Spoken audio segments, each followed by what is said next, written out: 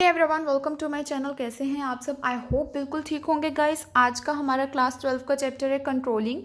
Chapter number 8 है ये। तो शुरू करते हैं, लेकिन उससे पहले वीडियो को लाइक, शेयर और सब्सक्राइब तो आपको करना ही है। साथ ही साथ आपको मैं ये भी बता दूं कि मैंने अपने चैनल पे आज ही एक कम्युनिटी पोस्ट डाली है, तो वो भी जाकर ज़रूर चेक कीजिएगा। वहाँ पे आपको करनी है वोट कि आप मेरी नेक्स्ट वीडियोस किस टॉपिक के ऊपर चाहते हो, क्लास 11 के ऊपर, क्लास 12 के ऊपर या फिर लॉ के ऊपर। ठीक है, तो जिस भी टॉपिक पे आप चाहते हो वहाँ पे जाके आप अपनी वोट दीजिए। मेरी नेक्स्ट वीडियोस सारी उसी रिजल्ट्स के ऊपर बेस्ड हो गई, तो अपनी वोट जाकर वहाँ पर ज़रूर दीजिएगा। तो चलिए शुरू करते हैं अभी आज का लेक्चर, कंट्रोलिंग चैप्टर 8। गाइस, इसे हम एक एग्जाम्पल के थ्रू समझते हैं। लेट्स से 2020 के स्टार्टिंग में आपने एक सोचा कि आपका अभी वेट है 80 kg फॉर एग्जाम्पल, और आप अभी इसे 65 kg करना चाहते हो। आपने बोला कि ये 15 kg जो आपने रिड्यूस करना है, ये पूरे इस साल के एंड तक आपका रिड्यूस हो जाना चाहिए, यानी इस साल के एंड तक आपका 65 kg वेट अटेन हो जाना चाहिए।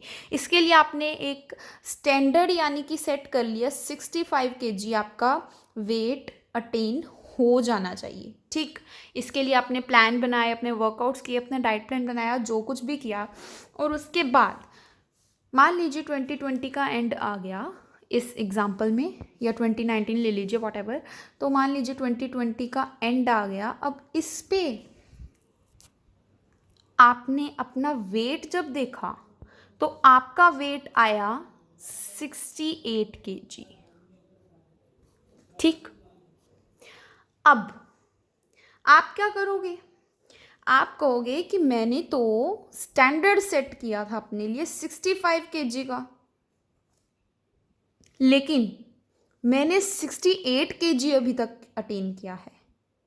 ठीक, अब आप डिफरेंस देखोगे कि अभी भी 3 किलोग्राम्स और आपको रिड्यूस करना पड़ेगा।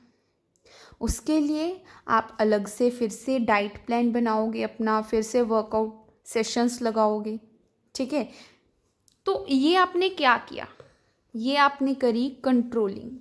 आपने एक स्टैंडर्ड सेट किया हुआ था, और एक्चुअल में जो परफॉर्मेंस हुई, आपने उस स्टैंडर्ड के साथ एक्चुअल परफॉर्मेंस को कंपेयर किया।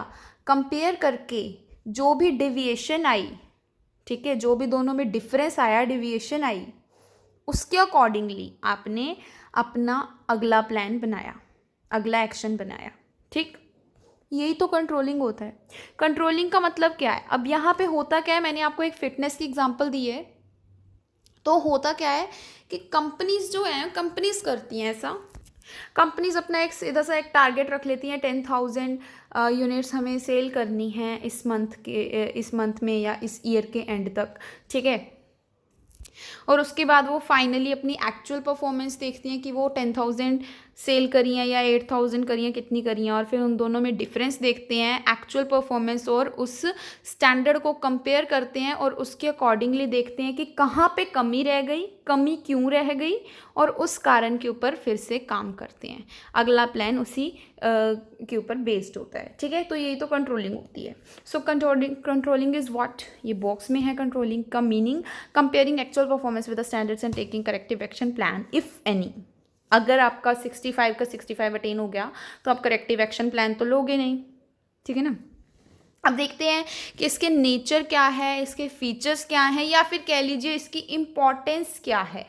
ठीक, अब देखिए, सबसे पहले तो कंट्रोलिंग एक गोल ओरिएंटेड फंक्शन है, क्योंकि ये कंपनी को उसके गोल्स अचीव करने के लिए हेल्प करता है, क्योंकि कंपनी अपना अगला प्लान इसी कंट्रोलिंग के रिजल्ट्स के ऊपर बेस्ड बनाती है।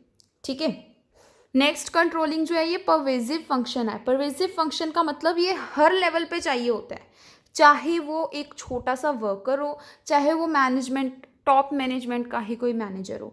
ठीक है, हर एक को पहले अपने लिए एक स्टैंडर्ड सेट करना पड़ता है और उसके अकॉर्डिंगली काम करना पड़ता है। एक्चुअल परफॉर्मेंस हर पर्सन मेजर करता है। ठीक है, अब कंट्रोलिंग एक बैकवर्ड लुकिंग फंक्शन है और एक फॉरवर्ड लुकिंग, दोनों ही है। ठीक है, बैकवर्ड लुकिंग कैसे? क्योंकि ये देखता है कि पहले पहले आपने कौन सा स्टैंडर्ड सेट किया है, पीछे देखता है, ठीक है, कि कौन सा स्टैंडर्ड सेट किया गया है। फिर उसके बाद फॉरवर्ड लुकिंग कैसे है कि ये नेक्स्ट भी बताता है कि अब ये डेविएशन आई है, ये डिफरेंस आया है, इसके अकॉर्डिंगली अब आप कौन सा प्लान आपको लेना चाहिए फ्यूचर में, ठीक है। तो ये forward looking and backward looking function है। नेक्स्ट, ये एक कॉन्टिन्यूस प्रोसेस है, ये कभी भी ख़त्म नहीं हो सकता। आप जो भी काम कर रहे हो, जब तक आपकी ऑर्गेनाइजेशन एग्जिस्ट कर रही है, तब तक कंट्रोलिंग आपकी चलती ही रहेगी। मोर ओवर, आपकी जो प्लानिंग है फ्यूचर में वो बेटर होती जाएगी, क्योंकि आप अपनी गलतियों से सीखते जाओगे, ठीक है। एफिशिएंट यूज़ ऑफ रिसोर्सेज, आपको पता लगेगा कि आपके ये जो डिफरेंस आया, अगर 10,000 यूनिट्स आपका टारगेट था, आप 8,000 आपने ही अचीव किया है, 10,000 नहीं कर पाए, 2,000 का डिफरेंस क्यों आया, आप उस रीज़न के ऊपर काम करोगे, ठीक है। तो आपके जो रिसोर्सेज है वो अच्छे से यूटिलाइज होंगे, ठीक है। और ये भी पता लगता है कि आपने जो स्टैंडर्ड सेट किया था वो एक्यूरेट भी था आपके लिए या नहीं।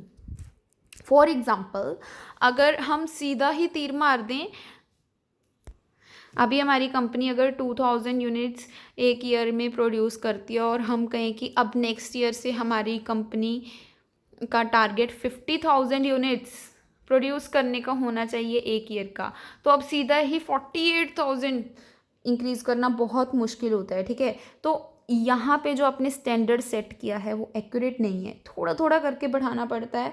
आपको बताइए, बूंद बूंद से सागर भरता है, ठीक है। अब देखते हैं कि इसका प्रोसेस क्या है। गाइस, बहुत छोटा सा चैप्टर है, बहुत ईजी है, बस ध्यान से सुनते जाइए, आपको इसी के साथ हो जाएगा। देखिए, सबसे पहले तो आपने अपने लिए परफॉर्मेंस के लिए स्टैंडर्ड सेट किया था, ठीक है। जैसे आपने एग्जाम्पल में किया था अपना 65 kg, ठीक है, वो आपके लिए एक स्टैंडर्ड था। उसके बाद आपने अपनी एक्चुअल परफॉर्मेंस को देखा कि आपने एक्चुअली परफॉर्म कितना किया। फिर आपने इन दोनों को क्या किया, कंपेयर करने के बाद आपका जो डिफरेंस आया उसे एनालाइज किया आपने, ठीक है। एनालाइज किया और फिर उसके रीजंस देखे, क्यों डिफरेंस आया, क्यों डेविएशंस आई, ठीक है। और उसके बाद आपने उसके अकॉर्डिंगली अपना एक्शन प्लान लिया, अगला प्लान बनाया, ठीक है। अगला प्लान बनाया तो आपने फिर से अपने स्टैंडर्ड सेट कर लिए, तो फिर ये प्रोसेस चलता गया। इसीलिए कहते हैं कि ये कॉन्टिन्यूस प्रोसेस भी है, ठीक है। अब बात करते हैं कि जो स्टैंडर्ड्स आपने सेट किए हैं ये दो तरह के हो सकते हैं। They can be quantitative, they can be qualitative. Quantitative जैसे कि क्वांटिटी वाइज, जैसे कि सेल्स इंक्रीज होना, ठीक है, या फिर कॉस्ट को डिक्रीज करना है। क्वालिटेटिव मतलब क्वालिटी वाइज कोई भी स्टैंडर्ड हो सकता है, कस्टमर सेटिस्फेक्शन को बढ़ाना है या एम्प्लॉयज़ की जॉब सेटिस्फेक्शन को बढ़ाना है, ठीक है। तो ये हो गए स्टैंडर्ड्स दो तरह के। अब जो आपने डिविएशंस को एनालाइज करना है, आपने इसका देखना है कि कौन सा कारण है जिसके कारण डिफरेंस आया है, ठीक है। तो वही होता है एनालाइजिंग डेविएशंस। अच्छा, अब इसमें भी दो चीज़ें आ जाती है, क्रिटिकल पॉइंट कंट्रोल, इसका मतलब CPC, और ये आ जाती है मैनेजमेंट बाय एक्सेप्शन, यानी कि MBE।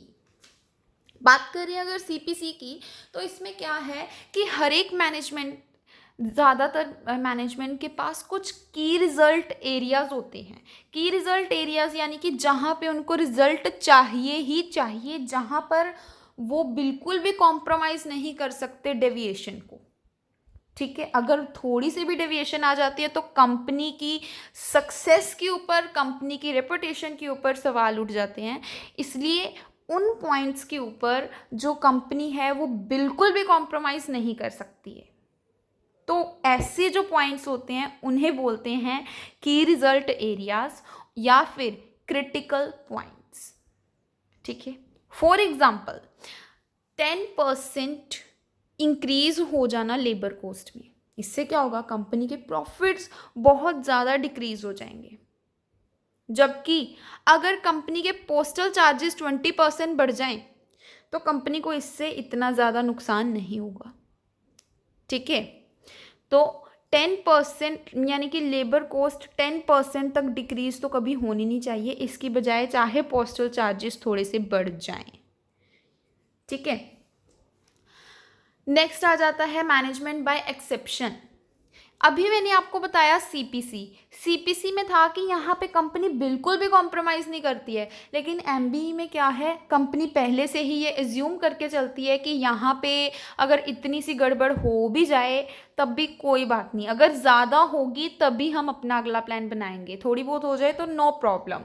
जैसे कंपनी ने अगर स्टैंडर्ड सेट किया कि एक दिन में 10 यूनिट प्रोड्यूस होने चाहिए एक एम्प्लॉय से, ठीक है, और एक्चुअल में वो एक दिन में 9 ही कर पाया है, तो कंपनी कहती है चलो ठीक है, एक आध का कुछ नहीं होता, तो no need to take any corrective action plan, ठीक है।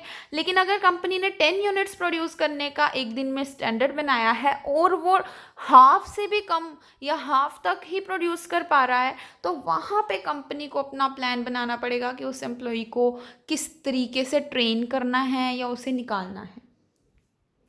अच्छा, अब ये टॉपिक आ जाता है प्लानिंग और कंट्रोलिंग के बीच में रिलेशन क्या है, ठीक है। अब इसमें भी बहुत गहरा सा रिलेशन लगता है, क्योंकि देखिए आपने जो कंट्रोलिंग करी है वो प्लान के ऊपर ही तो बेस्ड थी आपने प्लानिंग में ही सेट किया था एक ऑब्जेक्टिव 65 kg आपको वेट अटेन करना है, और कंट्रोलिंग में आपने उसी स्टैंडर्ड को पहले देखा और उसी के साथ कंपेयर किया। इसका मतलब इन दोनों में कोई तो रिश्ता है, ये रिश्ता क्या कहलाता है? तो गाइस इसमें एक रिश्ता सा है प्लानिंग और कंट्रोलिंग में, क्योंकि अगर प्लानिंग नहीं होगी, अगर हमने कोई ऑब्जेक्टिव नहीं सेट किया होगा, तो कंट्रोलिंग किस चीज़ की करोगे आप, ठीक है ना। तो ये दोनों चीज़ें जो है इंटर रिलेटेड है, और जो कंट्रोलिंग है अगर वो सिर्फ तभी हो सकती है जब प्लानिंग होगी, ठीक है। तो ऐसा कहा जा सकता है controlling is blind without planning. आप अपने आंसर्स में इन चीज़ों को यूज़ कीजिए ताकि आपके आंसर ज़्यादा प्रेजेंटेबल बने और आपके मार्क्स अच्छे आएँ, ठीक है। तो controlling is blind without planning. अच्छा, अब इन दोनों में डिफरेंस क्या है? लेकिन डिफरेंस ये है कि प्लानिंग जो है वो प्रिस्क्रिप्टिव है। प्लानिंग आपको बताती है कि आपको क्या करना है और कैसे करना है, कितना आपको वेट अटेन करना है पूरे साल के एंड में, और कौन सा प्लान आपको डाइट प्लान बनाना है और वर्कआउट का प्लान बनाना है। लेकिन कंट्रोलिंग में क्या है, एक्चुअल इवैल्यूएशन होती है। आप एक्चुअल में इवैल्यूएट करते हो कि आपने कितना अटेन किया है, ठीक है। और फिर कंट्रोलिंग आपसे पूछती है कि भाई अगर आपने 65 kg का अपना गोल रखा था, आपने 68 kg ही अटेन किया है, तो ये 3 किलो का डिफरेंस क्यों आया? अच्छा चल भाई, आ भी गया तो अब इसे कैसे ठीक करना है? तो इसलिए ये हमें क्या बताती है, tells why it happened and how to correct it. ये तो हो गया इनमें डिफरेंस। अब बात करते हैं इन दोनों में सिमिलैरिटी क्या है। ये दोनों ही forward and backward looking functions हैं। अच्छा, कैसे? कंट्रोलिंग का कैसे है वो तो मैंने आपको बता दिया, लेकिन प्लानिंग कैसे है फॉरवर्ड एंड बैकवर्ड लुकिंग? अच्छा, प्लानिंग फॉरवर्ड लुकिंग तो है, प्लानिंग की वीडियोस आपको नीचे लिंक में भी मिल जाएंगी कि ये फॉरवर्ड लुकिंग तो है, क्योंकि आप फ्यूचर के लिए प्लान बनाते हो इसमें, ठीक है। और बैकवर्ड लुकिंग इसके लिए क्यों है प्लानिंग? क्योंकि प्लान देखो, जो पहला प्लान बनाया वो तो आपने बिना कंट्रोलिंग के बना लिया। जब आपने पहली बार सोचा कि मैंने 65 kg अटेन करना है, तो आपने प्लान बना लिया, ठीक है, बिना कंट्रोलिंग के। लेकिन दूसरी बार आपने क्या कहा कि 3 किलो का डिफरेंस आया है, अभी 3 किलो के डिफरेंस को कम करना है, ठीक है। तो आप इसे कम करने के लिए फिर से अगला प्लान बनाओगे इसके रिजल्ट के बेस्ड के ऊपर, इसकी नीड के अकॉर्डिंगली, जो कमी आपको लगी यहाँ से उसी कारण के ऊपर काम करके, ठीक है। सो जो नेक्स्ट प्लान है वो हमेशा पिछले बारी की कंट्रोलिंग के रिजल्ट के ऊपर, फीडबैक के ऊपर डिपेंड करता है। इसलिए प्लानिंग जो है वो फॉरवर्ड लुकिंग भी है और थोड़ा बहुत बैकवर्ड लुकिंग भी है। सो प्लानिंग, ये कहा जा सकता है कि प्लानिंग कंट्रोलिंग से पहले होती है, लेकिन once the plan is over, तो जो नेक्स्ट प्लानिंग डिपेंड करती है वो कंट्रोलिंग की फीडबैक के ऊपर डिपेंड करती है। ठीक। तो चलिए गाइज, ये था आपका आज का चैप्टर। आई होप आपको क्लियर हो गया होगा। और हाँ गाइज, लाइक शेयर सब्सक्राइब करना बिल्कुल ना भूलिएगा। साथ में कम्युनिटी पोस्ट में वोट भी कर दीजिए। और हाँ गाइज, मुझे इंस्टाग्राम पे फॉलो कर लीजिए, मेरे लेटेस्ट अपडेट्स वहाँ पर आते रहते हैं। Sheen_M कटारिया। अच्छा, मेरा ये लिंक आपको डिस्क्रिप्शन बॉक्स में मिल जाएगा, वहाँ पर जाके आप फॉलो कर लीजिए। Thank you so much for watching.